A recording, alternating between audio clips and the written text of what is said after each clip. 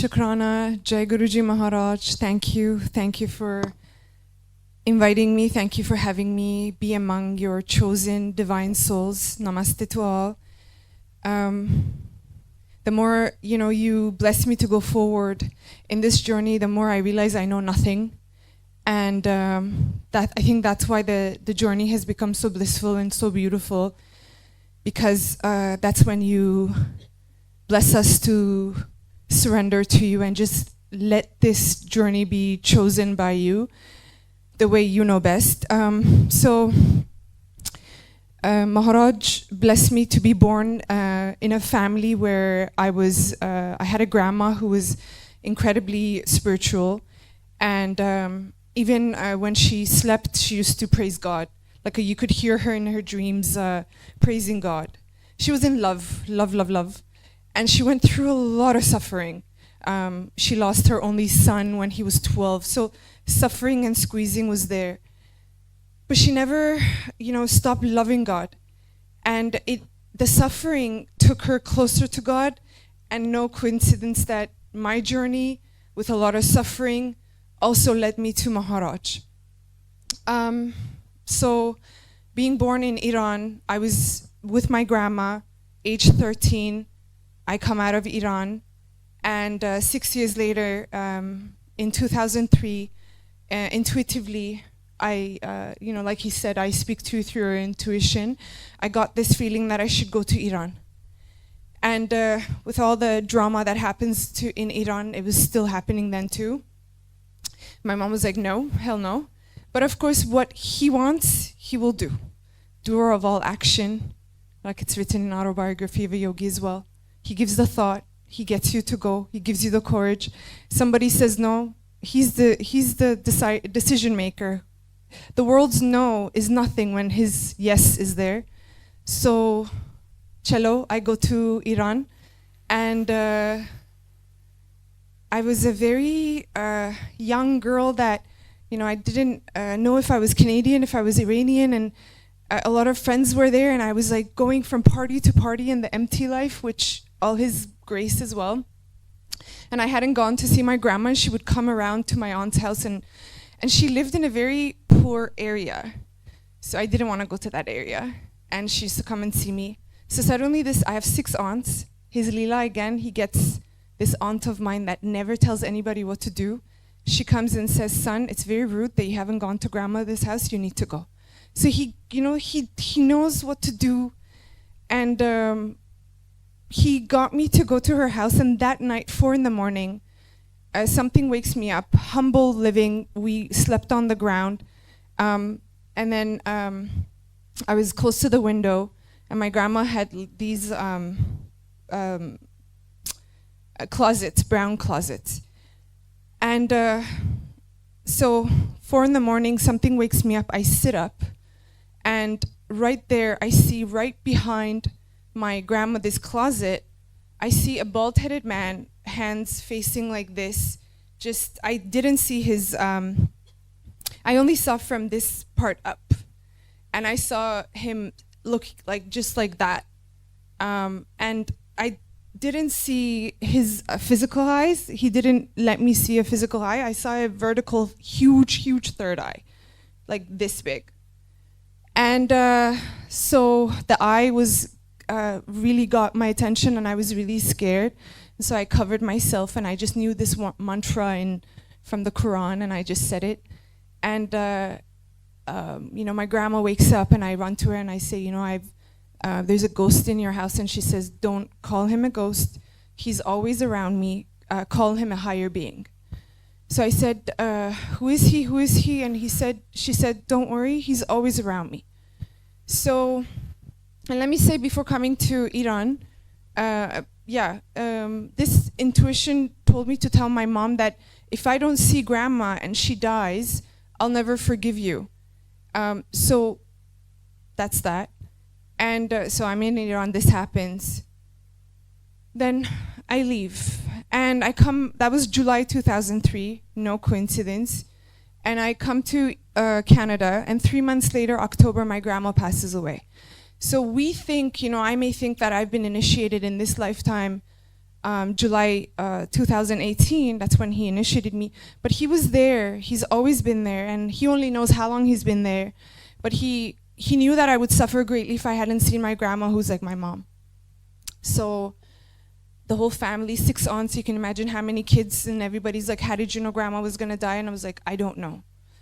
So life moved on. I never felt my grandma leaving me. Never. I never felt this soul died. She was always there. And 2012 to 2018, I get severely ill. I'm not gonna go into the suffering, that's not the whole point of Satsang. But it started with, they thought it was leukemia, blood issue. Anyway, it was severe and they couldn't diagnose, nor could they fix it.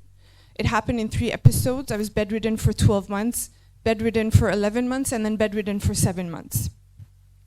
During the second episode, 2017, I had gone to Iran for treatments. No doctor in the world could do anything.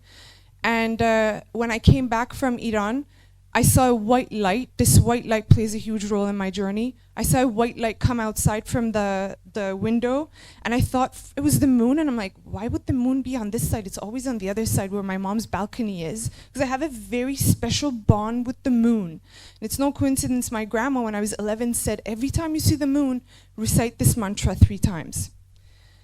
So anyway, I see the white light moving, and I'm like, why is it? And I was going, my ailments were so severe that I had gone into mental institutions. It had gone from physical to mental. And he closed every single door so I could just have his door open. I mean, see, just so I could know that his door is only open. And so anyway, I saw the white light, and the white light went inside my body. And right here, and I healed the next morning. I was fine. And then again, the bedridden phase happened again. 25th of December 2017, it came back. Last episode was so excruciating that I was like, I'm done. I'm not living anymore, and he only knows. And but it's again, he's in control, not us. What he wants goes, not what we want. And thank God that it's like that. Thank you, Maharaj. And so it got to a point where I had fought so much with my pain that I was tired of fighting. And so I remember one morning, it was in June, I literally said, you know what, I looked at my bed, I'm like, whatever, if I'm meant to spend the rest of my life on this bed, let it be. I'm done, like, okay. So an hour later or sometime later, I get a vision. Of course, he's Mahashiv, he's God, and he can do anything. And he literally put my body back. I went to my grandmother's house in 2003, and I saw him, and I heard, pray to me. So I was like, okay, I'm not crazy. I know I'm going into mental institutions. A lot of doctors labeled me with stuff. And that was the hardest thing, because my family also believed them. And that was the excruciating part, that nobody could help me. And like he said, even your family cannot help you. You know, I can only. And that's what he did, and thank God. Because, you know, we have such attachment to people, and then he takes that out in his own leela, in his own way. So then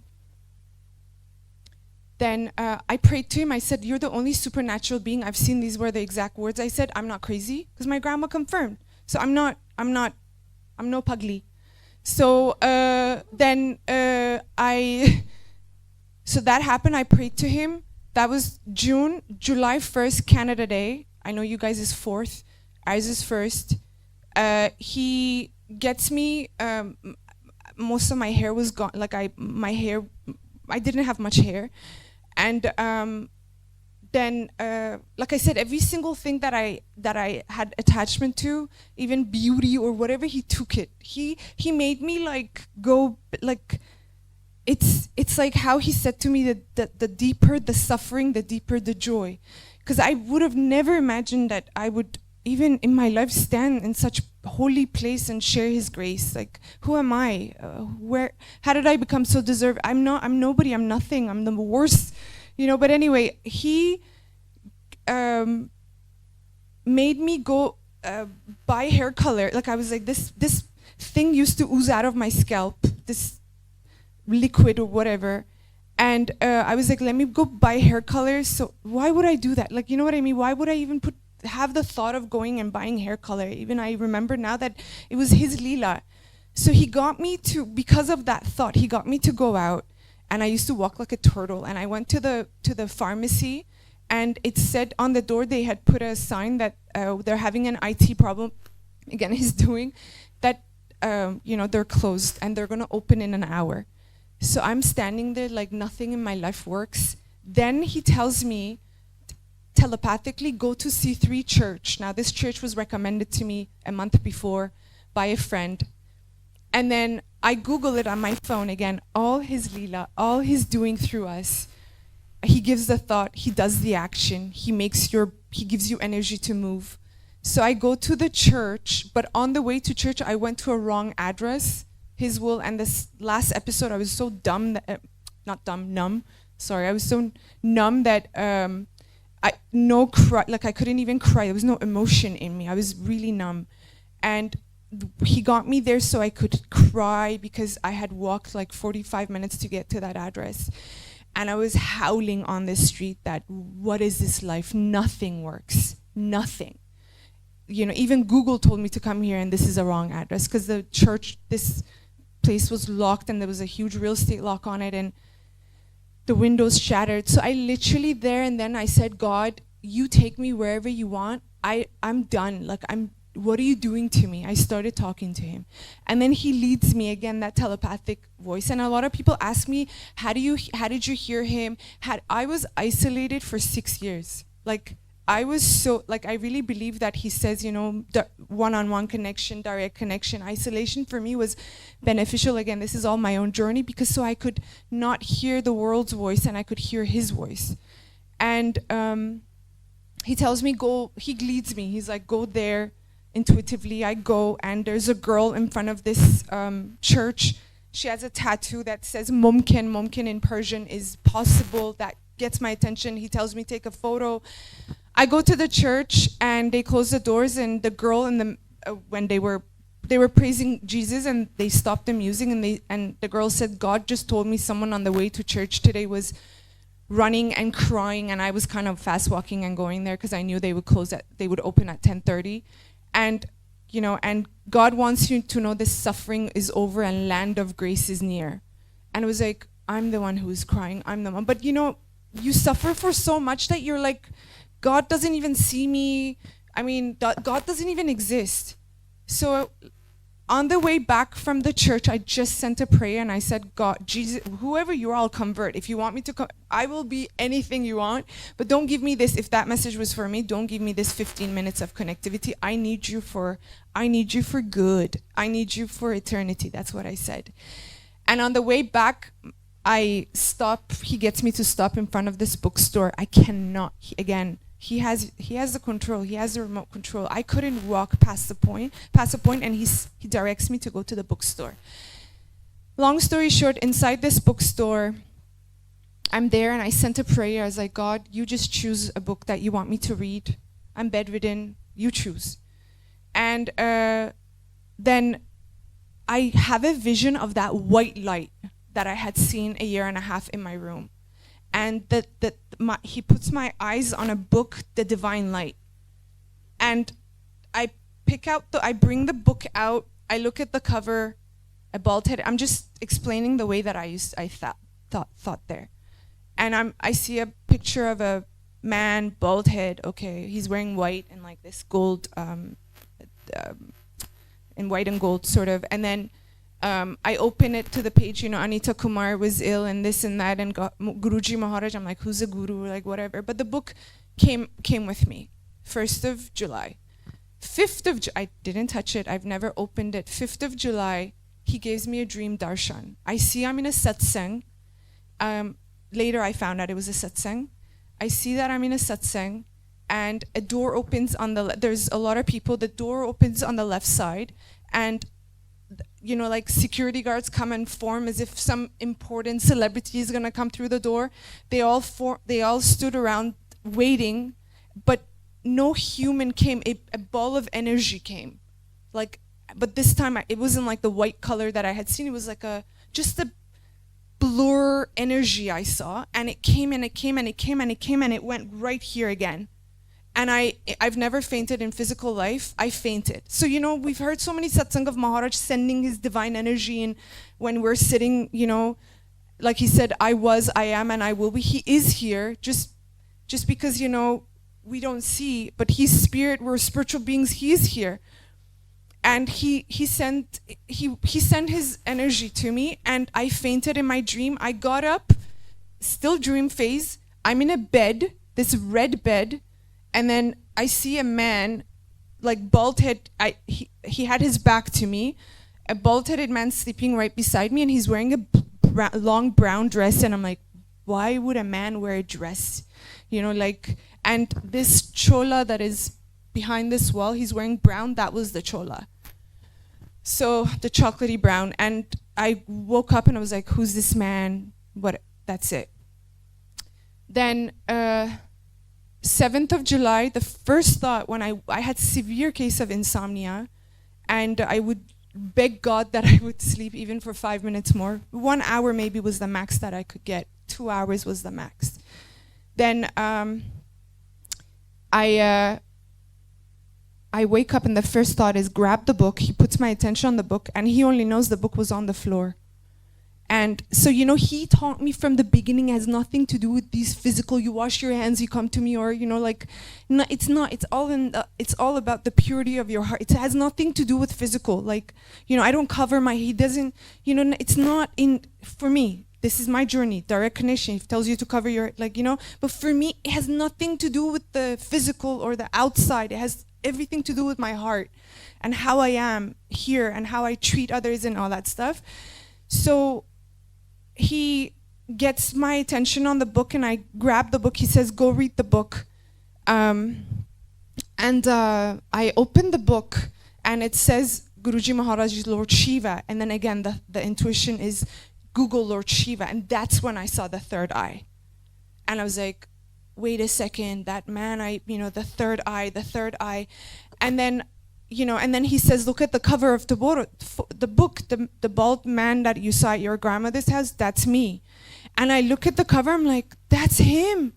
That's him. That's the man I saw in my grandmother's house. So I was like, then the telepathic, you know, he said, I speak to my Sangat telepathically. So I was like, Maharaj, is this you? Like, was that you? You know, and then human beings, you know, I need something special. And he knows my intuition was like, I just need to know this is you. Like, I just need that confirmation. And the next line that I read was Guruji Maharaj's special day is July 7. And he said, look at your phone. I opened the divine book. He got me to open the book on his birthday. So that's how he initiated me. That's how he came in my life.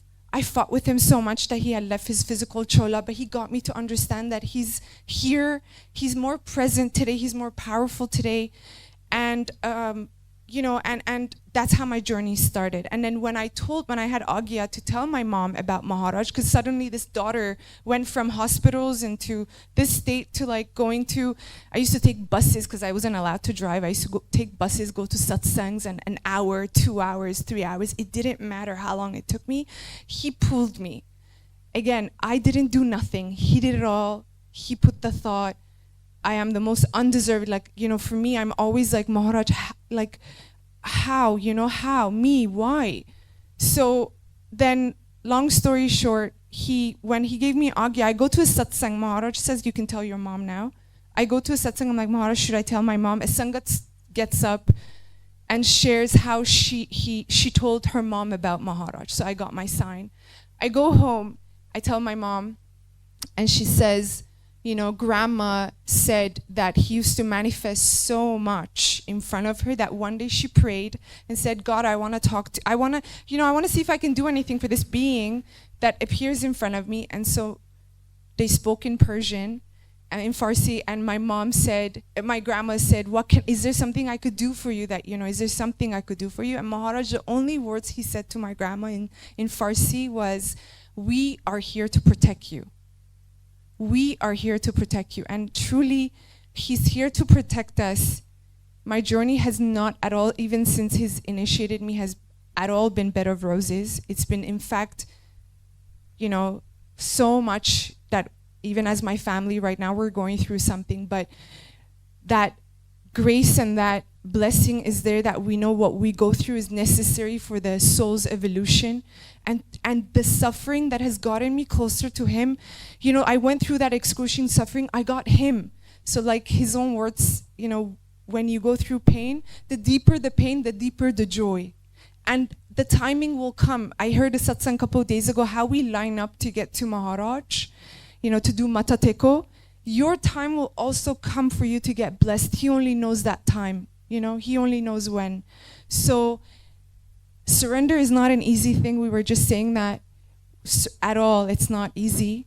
But you know, cute satsangs like wisdom, or, you know, he puts you in situations where you learn that surrender is accepting the journey that he's written, not what my mind has written, not this image that my mind has given. So it's like, and you know, Commander Uncle, a couple of days ago, I talked to him. I'm done. He said, son, you see, he said something so beautiful that brought such peace in my life. Because I'm, like I said, we're going through something with my family today that we never imagined this thing happening. We never, it's so huge, but we know that blessing is huge. And Commander Uncle said, son, you know, for his Sangat, there is no free will. There is no free will. He gives you the thought, because it's true, in my journey, he gave me the thought, he got me to do. I mean, how could I even walk in that bedridden phase? He gave me the energy. He's the driver of our lives. As much as it may not make sense, he knows what he's doing. It gets connected, but not in a way you ever, I didn't even know who a guru was. Lord Shiva, India, who would have thought when I was bedridden? Maharaj gave me a dream to, I'm so against being public and social media. He gave me a dream to open Instagram to share satsangs only. And you know, he was so beautiful in that dream, how he showed me a number of followers. So cute of him. And I wrote the last post before coming to India, when I was on the bus to the airport. I used to wake up 3, 4 in the morning every day with anxiety attacks. He only knows. And to go to hospitals every single day. And I was like, who would have ever thought that I would wake up 3 in the morning to go to New York, to go to Dubai, to go to Seattle, Usha Aunty, to go to, who would have thought that I would be in such a state? Like, I'm living a life I never even imagined. It didn't even come here when I was suffering. So he will take you somewhere you never even imagined. Why? So the glory will be his. Because as humans, we would say, oh, I knew this was gonna happen. No, he will make it in such a way, so all the glory, you would be like, Maharaj, I never even thought that. Shukrana, thank you, divine souls. Thank you for accepting me as your family. I'm so grateful to be part of this family, really chosen souls. Thank you. Jai Guruji Maharaj. Thank you, Maharaj. Thank you, Dad. Thank you.